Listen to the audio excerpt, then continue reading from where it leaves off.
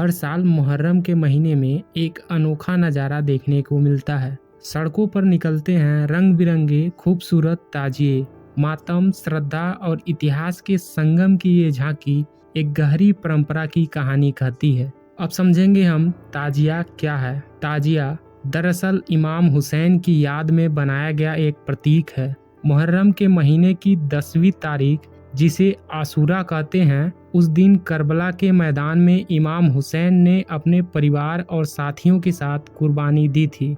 इस सेक्शन में हम समझेंगे ताजिया की ऐतिहासिक पृष्ठभूमि क्या है। ताजिए की शुरुआत भारत में मुगल दौर में हुई मानी जाती है। नवाबों और मुस्लिम बादशाहों ने इमाम हुसैन की याद में लकड़ी और कागज से बनाए गए प्रतीक रूपी मकबरे ताजिए बनवाना शुरू किया।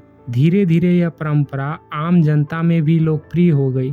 इस सेक्शन में हम समझेंगे ताजिया कैसे बनता है। ताजिया बनाना एक कला है। यह बांस, कागज, थर्माकोल, रंगीन कांच और चमकदार कागजों से तैयार किया जाता है। कई कारीगर महीने भर पहले से इसकी तैयारी शुरू कर देते हैं। कहीं कहीं तो ये 7 से 8 महीने लग जाते हैं एक ताजिया को तैयार करने में। कुछ ताजिए इतने सुंदर होते हैं कि उन्हें देखकर मंदिरों की कलाकारी याद आ जाती है। मुहर्रम की 10वीं तारीख को लोग ताजिया लेकर जुलूस निकालते हैं। ढोल, मातम, नारे या हुसैन की सदाएं गूंजती हैं। कई जगह लोग सीने पर मातम करते हैं, कुछ जगह नौहे पढ़े जाते हैं।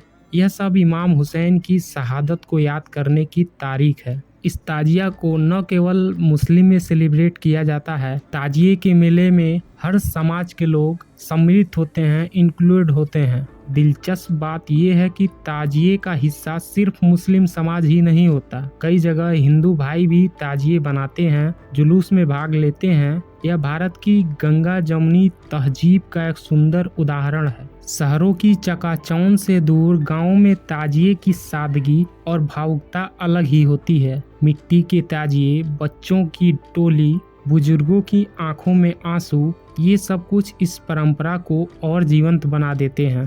ताजिया कोई सिर्फ एक परंपरा नहीं है, ये एक भावना है, सच्चाई है, बलिदान है और इंसानियत के लिए खड़े होने की। इमाम हुसैन की कुर्बानी आज भी लोगों को सिखाती है, जुल्म के खिलाफ खड़ा होना ही असली इबादत है।